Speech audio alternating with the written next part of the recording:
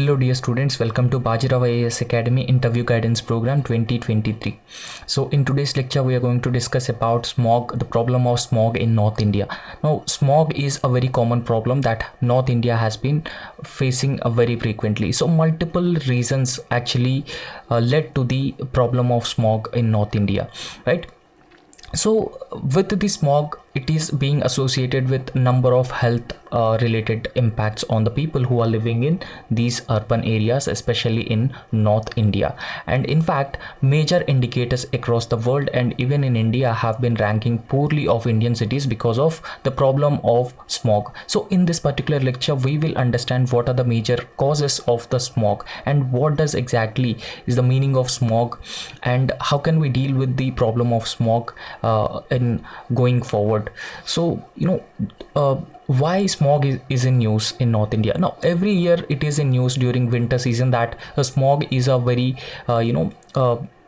challenging issue in North India that North India has been facing. However, recently it is in news particularly because scientists have described that North India can tackle the problem of smog using the eco-friendly farm practices from the south. Okay, it is not just from the south, even the farmers of north, if they can adopt the eco-friendly farm practices, so that helps in reducing the problem of smog to some extent. Because if you know, the stubble burning is one of the major problem that has been contributing for the problem of smog in northern Indian cities. Because for Kharif and Rabi seasons, there's a very limited time left to sow the crops for the next season. So in this particular time period, it is very difficult for the farmers to shift all the stubble away from the field. So what they do, they just fire those stubble. Okay, so they just burn the stubble on the field itself, and that has been led to a lot of smog across the cities in the northern India. In fact, so there was a commission which was constituted by the central government as well in order to deal with this problem of stubble burning, and various incentives were also announced by the government in order to prevent or to reduce the stubble burning. Okay, so in this context, what does the meaning of smog here? Now smog actually is a combination of two factors or two things. One is smoke and second is fog. Okay, so it is a combination of smoke and fog. Now when we talk about the photochemical smog, what does photochemical smog exactly means? Now photochemical smog involves the chemical which are reacted with the or in the presence of light. Okay, so it is also called as Los Angeles smog. Okay, so the photochemical smog is a major problem because of the stubble burning, and the photochemical smog is also called with the another name, that is Los Angeles smog. So this is produced when sunlight, okay, so incoming sunlight reacts with the nitrogen oxides, at least one organic compound in the atmosphere. So at this particular instance, photochemical smog is actually generated. Now photochemical smog is also called as Los Angeles smog. Now please understand, when sunlight hits these chemicals, so chemicals, when I say chemicals, they include nitrogen dioxide, sulfur dioxide and ozone. Okay, so all these chemicals, when sunlight hits all these chemicals, so they form airborne particles and ground level ozone or smog. So all these factors are the major contributors of smog in northern Indian cities, and that has been leading to a major cause of pollution across the cities in northern India. Now in this context, we have to differentiate the causes of smog in North India into two types. So the first is natural causes and second is man-made causes. Even if you write the answer, you have to structure your answer in such a manner that first you have to write natural causes and secondly you have to write the man-made causes. Now when we talk about the natural causes of smog, we have to talk about the problem of temperature inversion. So temperature inversion generally means that when you go from lower level to the higher level, temperature generally decreases. However, with the temperature inversion, what generally happens when you go from the lower level to the higher level, temperature actually increases. So this is the phenomena which is called as temperature inversion. And with the temperature inversion, the gases at the ground level will not be able to escape freely. Okay, so this will also lead to the problem of smog. Okay, so generally temperature inversion you actually observe at valleys. Okay, after that, the topography is another factor which also a major factor in the development of smog. For example, when you look at the Delhi, like a city, this is highly prone to or highly vulnerable to the smog, because if you look at the location of Delhi, it is the center of major paddy producing states like western UP, Punjab, Rajasthan. Okay, so in Haryana. So in this context, topography also plays a very significant role. When I say topography, during winter seasons, the air in Delhi will not flow very freely. Okay, so it will not flow freely. So that will lead to trapping of air even by the buildings in Delhi. So therefore, to some extent or to a major extent, topography is also responsible for development of smog in northern India. So after that, we need to talk about the problem of dust storm as well. With the dust storm, the particles will suspend in the air, and that will further aggravate the situation, and that will also contribute to the problem of smog. Now after that, we have to talk about the wind speed and direction as well. Now wind speed and wind direction will also plays a very important role in smog like condition. For example, wind speeds are very low. So this is what we generally experience in Delhi. Now during winter season, the wind speed is very low in Delhi. So because of this reason, smog generally develops over the cities in northern India. So in fact, the direction of the wind speed will also severely impact the smog development. For example, the stubble burning and all these pollutants and the gases will be channeled towards Delhi. Okay, so therefore the wind speed and direction will also severely impact the smog in northern Indian cities. Now we have discussed the natural causes of smog, and we need to talk about the man-made causes of smog as well. So firstly, we need to talk about the aspect of stubble burning. Stubble burning is one of the most challenging issue that has been contributing for the smog like conditions in northern India, particularly in Delhi, because Delhi is categorized as a poor in terms of air quality. Now when we talk about stubble burning, this is what is called as stubble burning. Okay, so farmers generally cultivate rice during the Kharif season, and Rabi season they cultivate wheat in northern India, particularly in states like Punjab, Haryana, Rajasthan and western UP. So generally very less time left for a shift from Kharif to Rabi season. What farmers do, they just burn their stubble on the field itself. Okay, so because of burning of the stubble, it has been releasing a lot of pollutants, and this smog or this fire smog of or gases will ultimately channelize towards Indian cities. So therefore stubble burning is also one of the major reason for the smog in northern India. And after that, we need to talk about the fireworks, especially during Diwali or any other festivals, and even during marriage ceremonies. So this is also a major reason for smog across the northern India or northern Indian cities. And when we talk about the other major factor, that is waste incineration. Now there are open landfills. So these open landfills are just burned openly. Okay, so when they are burned, they also release several other pollutants like nitrogen oxide, sulfur dioxide and ozone, ground level ozone. And apart from ground level ozone, that they also release carbon dioxide, okay, and particulate matter 2.5 and particulate matter 10. So all these factors have been contributing for the smog developing conditions like smog. And after that we need to talk about the urbanization and vehicular emissions. Now vehicular emissions also release a lot of pollutants and lot of particulate matter into the air, which are actually suspended in the air. So they ultimately aid in development of smog in those cities. Okay, so therefore making the air quality poor in those cities. So in fact, so if you look at the urban transportation system in North Indian cities, it is limited, I can say. And and more vehicles have been introduced into the road. So all these factors have been leading causes of smog in North India. So we have discussed about the natural causes and man-made causes of smog. So now we need to talk about them in a brief manner. Now what does stubble burning actually means? So I've already told you what exactly is the meaning of stubble burning. So in the stubble burning, generally what happens, there's a very tight window. Okay, so there's a very tight window between the Kharif and the Rabi seasons. For example, there's a tight window between rice harvesting and wheat planting. So this ultimately compels the farmers in states like Western UP, Punjab and Haryana.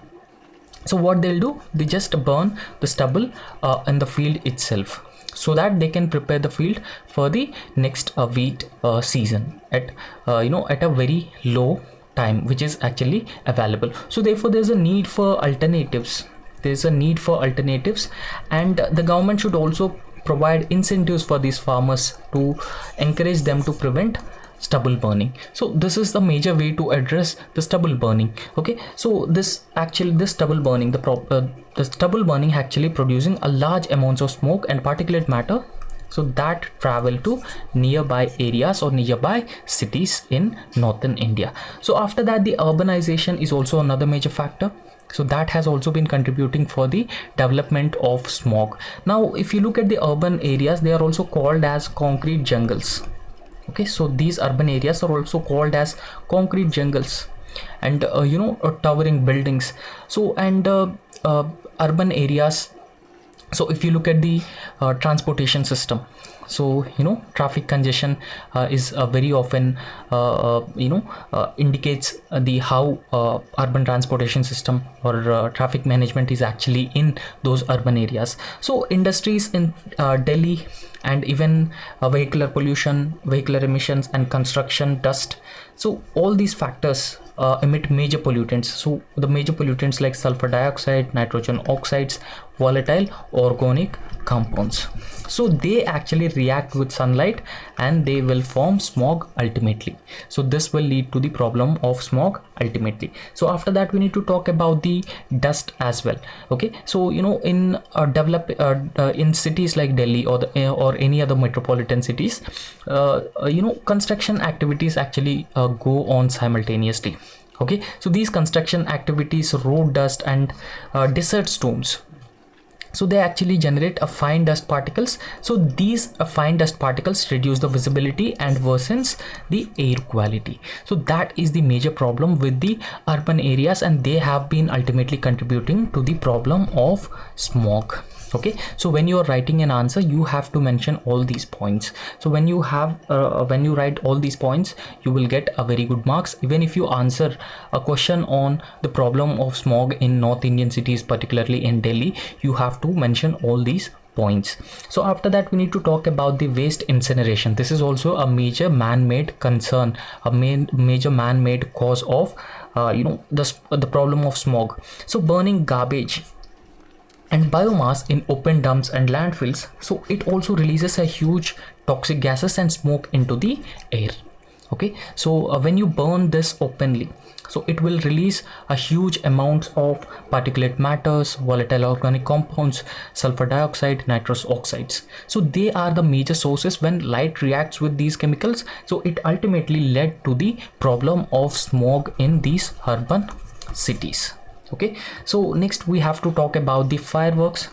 So fireworks are also a major cause of smog in northern Indian cities. Now fireworks during festivals like Diwali, and people start burning firecrackers during birthdays or the political party rallies, campaigns, and even during marriages. So the fireworks will ultimately produce a lot of smoke, and the metal particles will be released into the air, and that would lead to the pollution, the problem of pollution, and ultimately impacts or worsens the quality of air in those urban centers.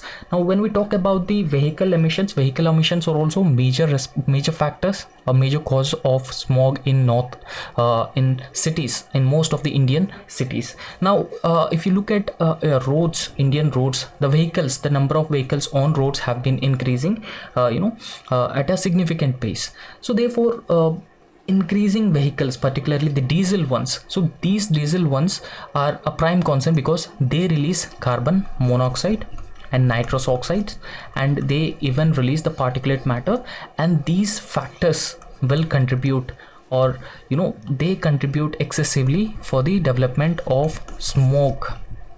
Okay, so after that we need to talk about the problem of temperature inversion. Okay, so in temperature inversion, generally what happens, there are different layers of air in which temperatures increases with height. So this is generally what happens. With increasing height, temperature generally decreases. Okay, so temperature generally decreases. However, in temperature inversion, reverse happens. Okay, so it completely reverse happens. So temperature generally increases with the height instead of decreasing as usual. So this is what the temperature inversion, and temperature inversion will trap the air particles at the ground level, and that will ultimately contribute for the pollution, the problem of pollution. So this will prevent the vertical mixing of air and traps the pollutants near the surface area. So therefore the temperature inversion is also another major problem that will also contribute for the problem of smog and pollution at the lower levels or the ground levels. So after that we need to talk about the topography as well. Topography is also a major reason for a development of smog and pollution in these urban centers. Okay, so the shape and the features, the geographical features and the shape of a land, such as whether it has mountains, valleys, so this will also ultimately affect the flow and distribution of different cold winds, warm winds, and direction of the wind and the flow of the wind. So all these factors will ultimately contribute whether a particular area has smog or what. Now even when we talk about man-made factors, the buildings will also trap the flow of the air. So when building trap the flow of the air, the smog will also be trapped in those urban centers. Okay, in urban areas there are high-rise buildings. Okay, so these high-rise buildings will ultimately disturb the flow of the winds. So that will also trap the pollutants and contribute for the smog. Okay, so generally winds don't flow out of these urban centers. Now here in this infographics you can clearly see with the stubble burning there are a lot of pollutants which are released into the atmosphere: sulfur dioxide, nitrogen dioxide, and particulate matter 2.5 and particulate matter 10. Okay, so apart from the stubble burning you can also see industrial emissions, vehicular emissions, and waste burning or waste incineration. So they have also been contributing to different pollutants like carbon monoxide, particulate matter, volatile organic compounds, nitrogen dioxide, sulfur dioxide. So particularly in these urban centers have been releasing various other pollutants, and these pollutants will react with the sunlight. Okay, so when it reacted with the sunlight, and that is the source of smog. So in most of the urban centers in North India, this is what has been happening. So it is coupled with the winter windless. If you look at cities like Delhi, in winter times there's generally a less flow of winds. Okay, so in winters there's a windless and anticyclonic conditions. So and the dominance of primary and secondary pollutants, and all these factors have been contributing for the smog in northern India. Now what are the consequences of smog? We should talk about the consequences of smog as well. So the first consequence would be poor air quality. Now in most of the Indian cities it is very often said that So they have a very poor air quality. So it has been testified by the Central Pollution Control Board, and the data from the Central Pollution Control Board has been showing that the air quality index, so that is AQI, the air quality index over the past few days has been consistently over above 450. Okay, so 450 is considered as a hazardous category, right? So after that, it is also associated with the various health related problems. Okay, so when the quality of air has been deteriorating, more and more pollutants are suspended in the air, so that will certainly have a lot of health problems. Okay, so health problems, particularly the respiratory diseases, high eye irritation, heart disease, birth defects, and reduced growth as well. So all these factors will ultimately contribute for the health related problems, and in fact you have to understand it will also contribute for the infant mortality rate as well as maternal mortality rate. Okay, so and it will also reduces the life expectancy of the people. Okay, life expectancy of the people. So because of the long-term effect or long-term impact of the pollution on the human health. So after that, poor air quality will also adversely impact the biodiversity as well, because it is very often contributes for the acid rains as well, right? So with the acid rains, generally what happens, it inhibit the photosynthesis, and not just photosynthesis, but it also have a lot of biological impact on the marine organisms if acid rain takes place over a marine ecosystem. So therefore it inhibits the photosynthesis, thereby damaging the crops and forests, even the marine ecosystem as well. In fact, acid rain also has a lot of negative implications on human health as well. So that would contribute to these problems like skin cancer. Now climate change is also another major factor. Okay, so smog can also affect the climate by altering the radioactive balance of the earth. So it will alter the radioactive balance of the earth. So it is also having a lot of economic losses, the problem of smog, and it can reduce the productivity, increase the healthcare costs, and it also lower the quality of life of the people who are living in those urban areas. And you have to understand the other major consequence of the smog in these urban areas is because frequent accidents that usually took place because of the smog and cancellation of flights. So these are the major consequences of the smog. Now in this context, what should be the way forward, what we have to do in order to tackle the problem or the issue of smog? So firstly, we need to talk about the eco-friendly farming practices. Okay, so in this northern region, because of the stubble burning, using chemical fertilizers, pesticides, and all these factors have been ultimately contributing for the various challenges and releasing of pollutants into the air, soil, and even to the water. So the Indo-Gangetic plains of North India can reduce the smog problem. So they can play a very important role in reducing the problem of smog. How? So they can adopt important practices like mulching, zero budget natural farming, organic farming, and they can also use the natural fertilizers, pesticides, and they can also adopt the different crops. So they can shift away from the monocropping. Okay, so crop diversification is also a very important aspect, and that can be adopted by the people who are living in this deep south, that is in the Kaveri basin of South India. So we should also talk about the aspect of mulching as well. Now mulching is a very important aspect, and that is also introduced as part of zero budget natural farming. So that has been introduced by Subhash Palekar from Maharashtra. So what does mulching actually means? So mulching means covering the soil surface. Okay, so in the agriculture fields, the soil surface will be covered with organic or inorganic materials.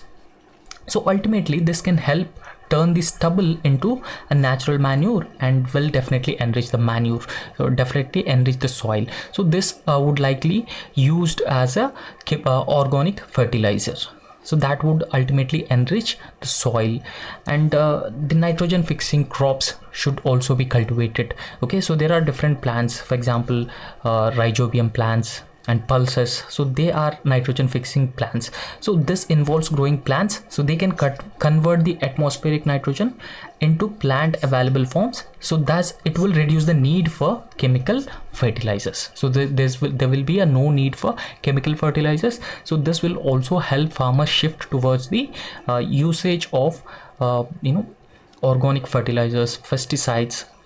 Okay, so after that the alternate crop patterns should be encouraged. Now if you look at the Indian agriculture, wheat and paddy, sugarcane are few crops which actually dominate the agriculture sector. So however, from the monocropping we need to shift towards the crop diversification, the aspect of crop diversification. We need to shift away from rice and wheat cultivation, and we need to grow alternative crops with less stubble output.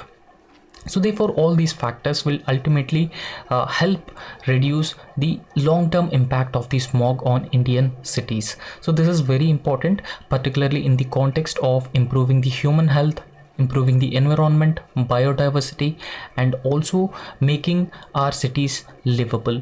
Okay, so in the context of climate change, it is very important that we need to take certain short-term and long-term measures to address the problem of smog. So we need to focus at stubble burning or preventing stubble burning at an immediate phase. So that's all for this lecture. So that is all about smog, and thank you. So please subscribe to our YouTube channel and also like our video if you really like our work. Thank you.